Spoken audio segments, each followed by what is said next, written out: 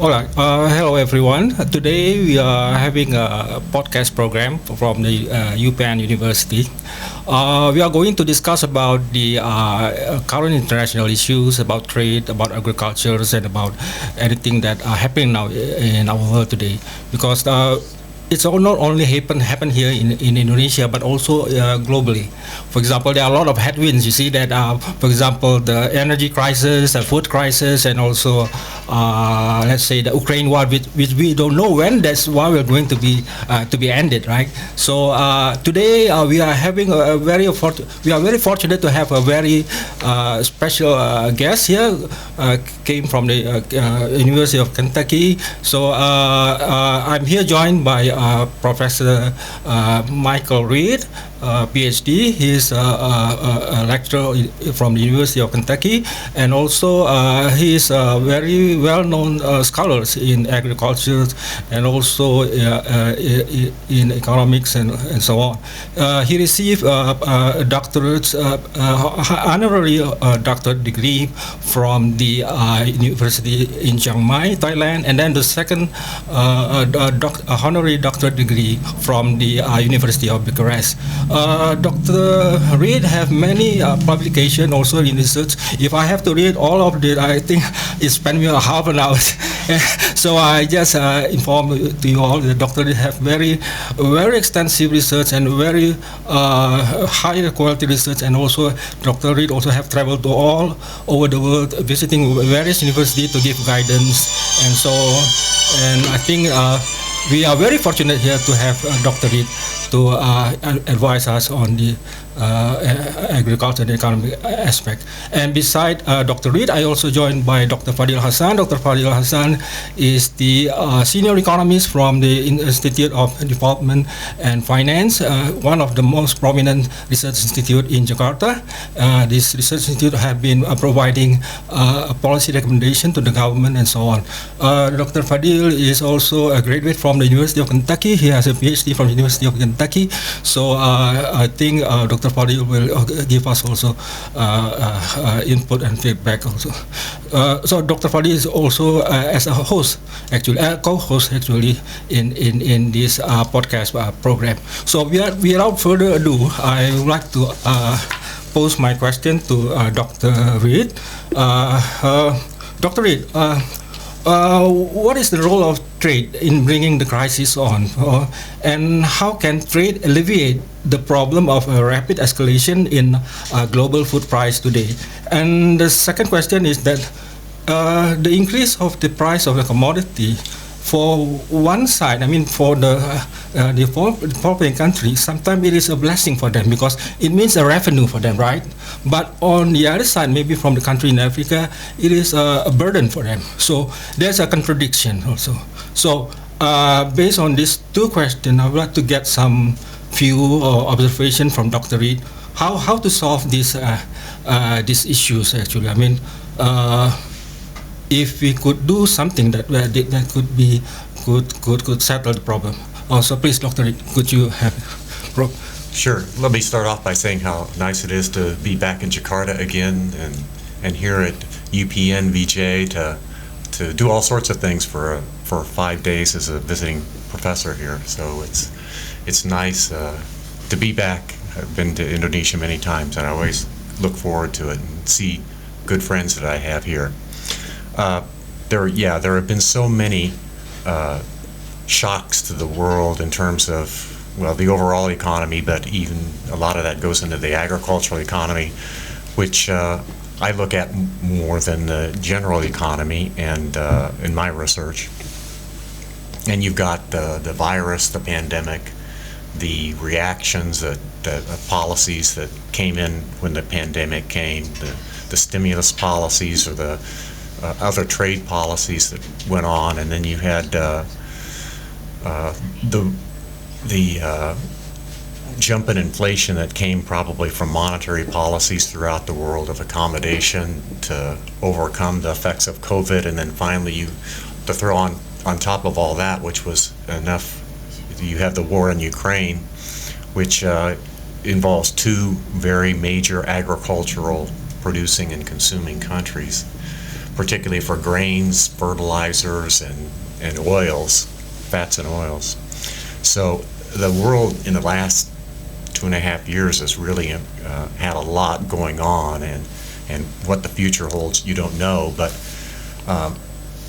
you do see a lot of the interactions among commodities when it looks at agricultural prices. For instance, you look at fertilizer prices, which shot up because of natural gas prices, and oil prices shooting up, which leads to increases in logistic costs. You've got then weather problems with respect to some producers. There's been a drought in a lot of the United States that has shocked the commodity prices. And then the war itself, with Ukraine being a major wheat and sunflower producing country, and Russia being a major wheat and fertilizer producing countries. So and then you throw in the trade situation. You asked about that in particular, and trade. These shocks occur within countries, but they have ramifications for all countries. Trade brings that about. So the shocks go from one country and move to another country. And but trade allows the shocks to be lessened, if you will. So there'll be some countries that don't have a shock, but the fact that they have prices that change and they respond to those changes helps the world economy overcome these shocks. Now, these shocks that we've had in these last 2.5 years are significant. They are substantial. You've had a lot of agricultural prices that have hit all-time record highs. In fact, most agricultural prices have hit all-time record highs. But if there wasn't trade as a shock absorber to that, then you'd have a lot of countries experiencing much more drastic changes. So it's trade is good in that respect, but also trade makes it so that there are winners and losers. And of course, if you're a producer and you're an oil palm producer and your price has increased by 50% in the last 2 years, you're going to gain. But if you're a major palm oil consumer or importer, then you're a net consumer and you're going to lose. But the whole thing is that the price system gives the information, it gives the signal to what needs to happen, which is price goes up, you need to consume less, and you need to produce more. And I think in agriculture, in the long run, what we see is that, yes, people need to eat, they need to have diets, there'll be some substitution among particular commodities. Rice, for instance, hasn't had much.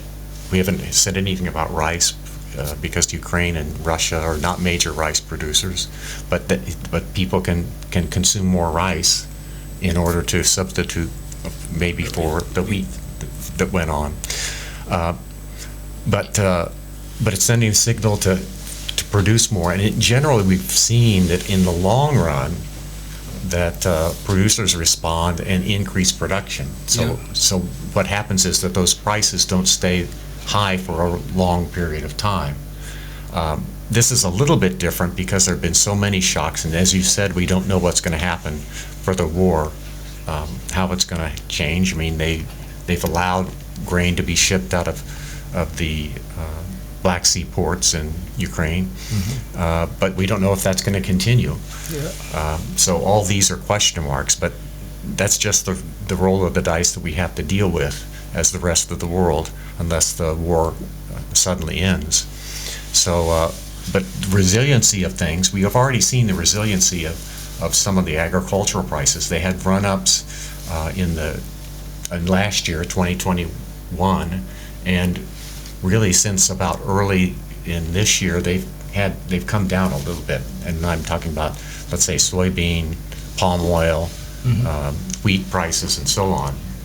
There might be, I think there's some indication that, let's say, meat and grain prices, or at least feed grain prices, are going to increase because of the production shortfalls in the U.S. of drought and so on. So, but that's just the system that we live in, and we've got to absorb those shocks and make adjustments to them as best we can, and make sure that people throughout the world absorb those, but also have some mechanism whereby people who are really quite poor and on the edge and not able to adjust so much will, in fact, have subsidies or food aid or something to get them through this time. I think that every country should they need to focus. I mean, they have to consume less, for example, in order to balance the short supply or something like that. What do you think, Doctor? Well, yeah, but there are some countries, like my country, the United States, can certainly consume less or change the way that it consumes. But you know, if you go to some food insecure countries like Sudan or Chad or other places in the world, there are major segments of their population that can't, and so then you've got to remedy those situations as best you can. But it's hard because there are so many countries are hurting because of these prices, and their consumers are too. Yes, I just follow up the question on the benefit of this crisis for the producer countries. For instance, like Indonesia. Indonesia is known for exporters of the various natural resources commodities such as coal, and then agriculture commodity also like palm oil, and then rubber and so on and so forth. So, but that goes for producer countries can create the so-called Dutch disease, right? Oh. Mm-hmm. So it happened before in 1950s, like in Netherlands, and then also in 1980s in some countries, especially in the oil producing countries. Do you see that phenomenon of that disease in producer countries right now, especially country with oil and oil exporters? Well, we're in a very strange situation, a very different situation when it comes to energy in general, because you've got the traditional. If you go back, we've dealt with fossil fuels and energy use for a long time, and now you've got a situation where you're in transition from the old system, if you will, the fossil fuel use that happened before, but that we aren't quite to the future of green energy and solving all those problems. You might be 15 years or 20 years away, and the problem is that in that transition, here now we are suffering because energy prices are high. So the whole idea is that, well, what you want to do is you want to produce more oil, you want to refine more gasoline, and so on. But the problem is that businesses don't want to build refineries that cost millions or billions of dollars, because this situation isn't going to stay as it is very long. And so they aren't going to do that. They're going to continue to focus on the future, which is not fossil fuels, not oil-based fuels. But we do have to get through this. Yes. And so the same thing with let's say drilling of oil, or oil's a little different because you've got OPEC also making decisions.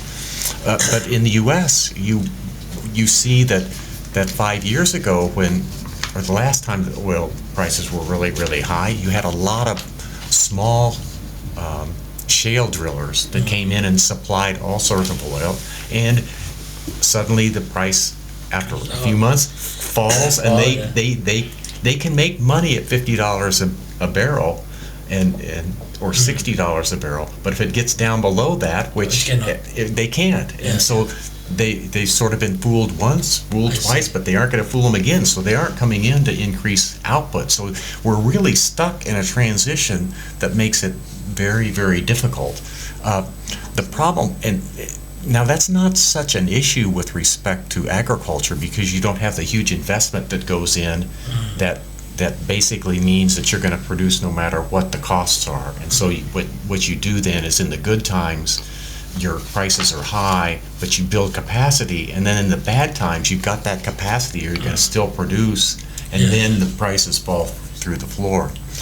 But, I mean, we've seen this even more recently, not particularly Dutch disease effects, but you've seen the run-up in commodity prices when China was growing so fast. You remember that all the people were moving from the rural areas and they were getting in the town and village enterprises and along the coast and manufacturing, and China was trying to import all these resources.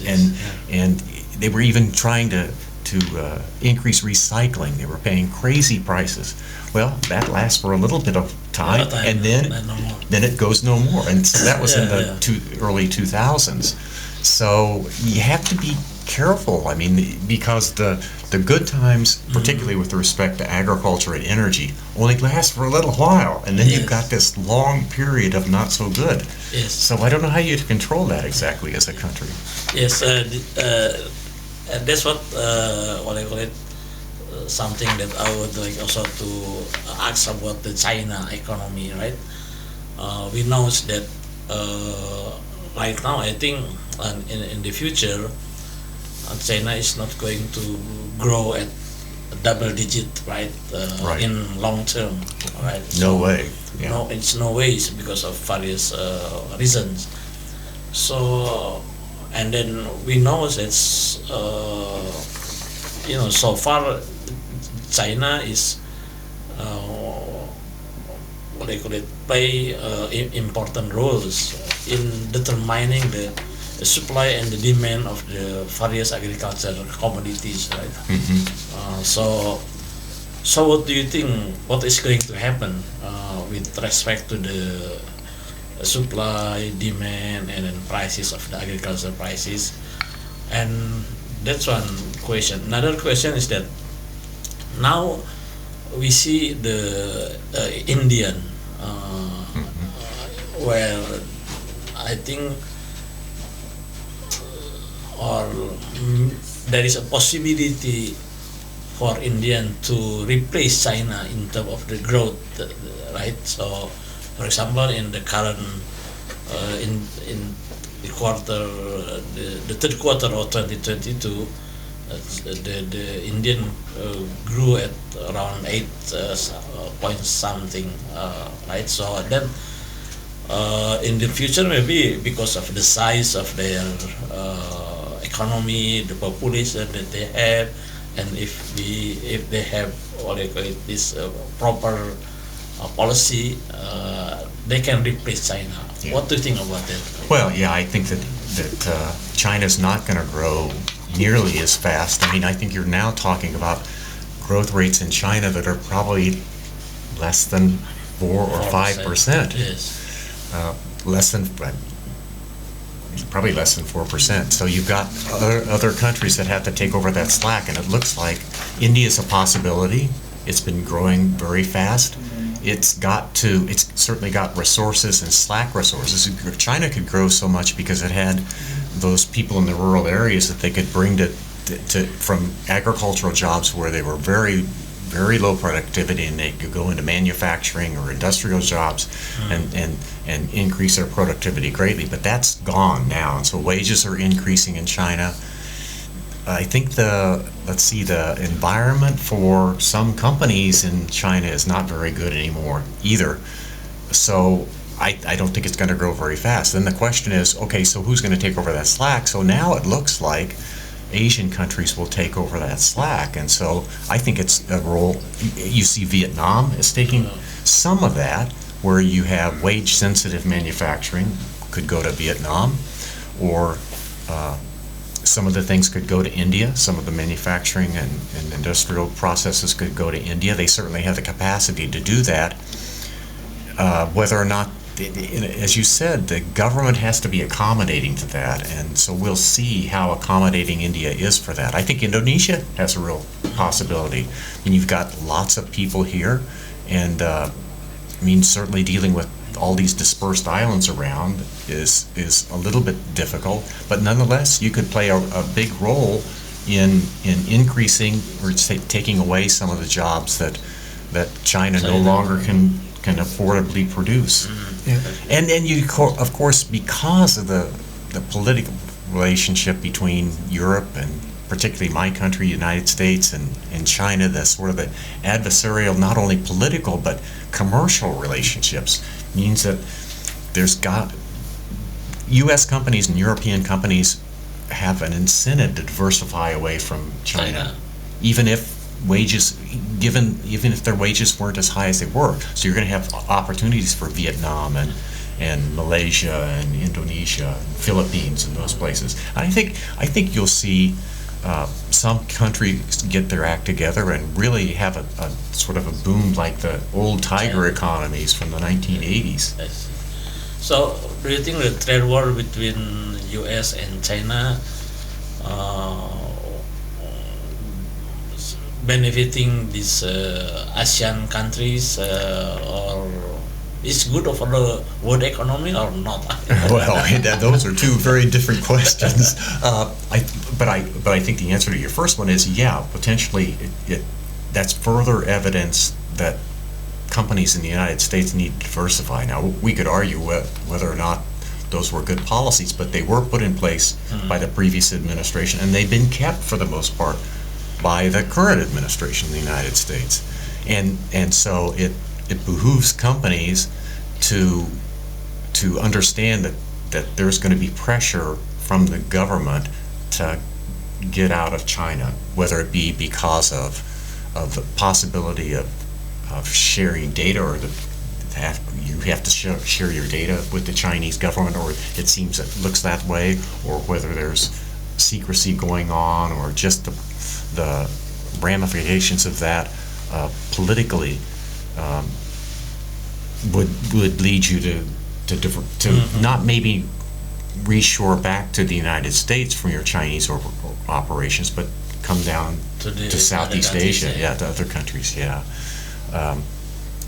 But I don't really think the trade war was good in the fact that it was just a manifestation of this escalation of politics between the U.S. and China that I'm disappointed in, but it's the reality that we live in, I'm afraid. Okay, let's now talk about the WTO. See that the WTO rule is really matter for food security, but sometimes that WTO is not a food security organization, right? So there's some kind of an institutional fragmentation. So who is really governing this food security? See?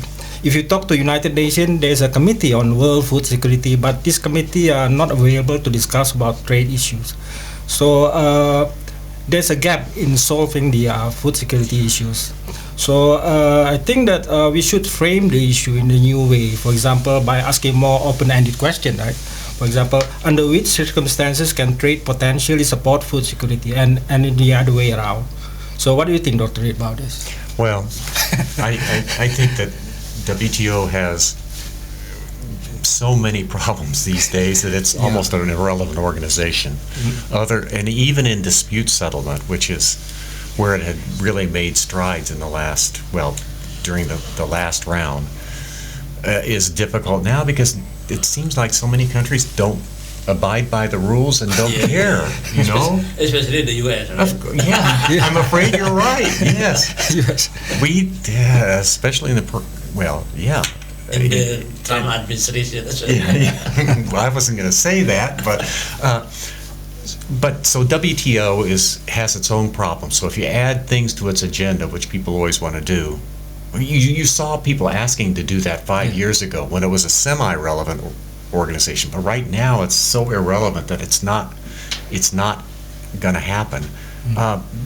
And unfortunately, in a lot of the multilateral issues that come about for other things like climate change or a lot of times the countries come in and say, I'm going to do this and this and this and this, and then it doesn't happen. Or they pledge in our hemisphere, everybody pledges aid to Haiti, and the numbers look good and they make the papers, and then none of the money ever goes anywhere. It never Yeah. gets to Haiti. And the excuse would be that, well, they has no functioning government or something like that. So, yes, it needs to have a multilateral solution. Well, right now, it's sort of piecemeal solutions on the base of unilateral things, but other than the World Food Program or UN in that case. So probably, unless you want to start, you could do ad hoc things about tackling this on sort of groups coming together, nations coming together for specific purposes, or you strengthen the UN. But the UN has its own political problems with respect to the countries, you know. And in my country and other countries just don't like to reduce their sovereignty based on the decisions that other countries have made in the UN. In other words, a lot of people in my country don't buy into the concepts of the United Nations. It's crazy. So I'm disappointed in it, and I don't know what the solution is. The solution is to have more governments get along together and really move together and solve problems together. Yeah. And everybody takes the credit for it, or nobody takes the credit for it, but the job gets done. So we cannot rely 100% to WTO. No, I don't think so. On the WTO, I heard now that the WTO is climate change friendly policy. Oh, really? That's what I'm gonna ask you. That is true. For example, if there is a dispute settlement between the country, but the country issue the policy because of the environmental consideration, even though that violate the trade principle, fair trade principles, then WTO tend to to side with that policy, instead of the fair trade. Yeah. I think historically the WTO has allowed for some other types of agreements, like environmental agreements, to supersede it. So that in fact, if you've developed or agreed with a group of countries to have policies that have trade consequences that involve the environment, then that's okay. But I don't know of any. Of course, I haven't kept up with WTO trade settlements in the last 2 or 3 years, dispute settlements. But I don't think of anything where a country thinks of an environmental policy and wants to slap a duty on it. I think people talk about that to compensate for, let's say, differences in environmental regulations.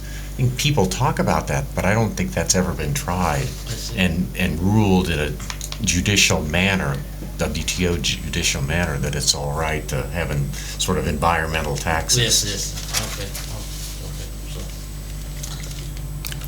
Okay, Dr. Reed, I have one more question regarding, do you think what measure must be taken to achieve efficient food and agriculture system in Asia? I mean that what are the main threat and opportunity for the evolution of the agriculture, and also that, for example, what is the biggest challenge for agriculture trade in Asia, specifically in Indonesia? Yeah, well, the biggest challenge overall is climate change, I think. Okay. And that, I mean, almost every issue that involves production and consumption, I think the overriding long-term issue is climate change. And so how can we get agriculture as a positive contributor to the solution? And there are lots of things. I think Asia could play a really big role in that. Yeah, India also. Yeah. Because they are, India is a major producer. And so that's the thing. So how can you have production systems that are more sustainable, have other things that can positively relate to the environment that are associated with agriculture, how we can change our consumption a little bit. I'm not talking about Asian consumption, I'm talking about more North American and European consumption, how we can change our consumption that's going to make it easier to meet climate goals. And, you know, the the problem is so daunting that agriculture and all these other sectors have to really come together in order to meet these criteria. And of course, if they don't, then agriculture is suffering now because of climate change. I mean, your rainy seasons are different. Yeah. They're more extreme. The droughts might be are more extreme, and all that's going to be challenging. So in that transition, again, we're talking about a transition. Let's say in the long run, in 50 years, everything is solved. But we got to be here between now and 50 years when you've got carbon sequestration, carbon capture, and other technologies that are coming about that ultimately solve things. How do you get there? And agriculture is a way to transition that easier as a positive contributor. Yeah. Right. You're right, Dr. Reed. But you also need policies that are going to help with that too. Yeah. Okay. That's very important. Okay. Okay. I think that is all our discussion with Dr. Reed. I hope that all the listeners and also the UPN lecturer and also others who hear who listen to our podcast will be benefited from this discussion. So thanks again, Dr. Reed, for your guidance and for your advice, and also to give us an enlightenment on what is happening now in the world. So thank you again, Dr. Reed. Oh, thanks. I enjoyed it. Yeah. It's good. So maybe later on, if we have a chance that later on we could have, even if after you go back to the States, then we can have a discussion through the Zoom maybe, and then with other topics, with more interesting topic, then it will be, we're going to have a very fruitful discussion later on. Yeah, And that also, would be good. Dr. Fadil, thank you also for hosting nice. this. Okay, I think this is the end of our discussion. So thank you for your attention. We will see you again next time. Bye bye.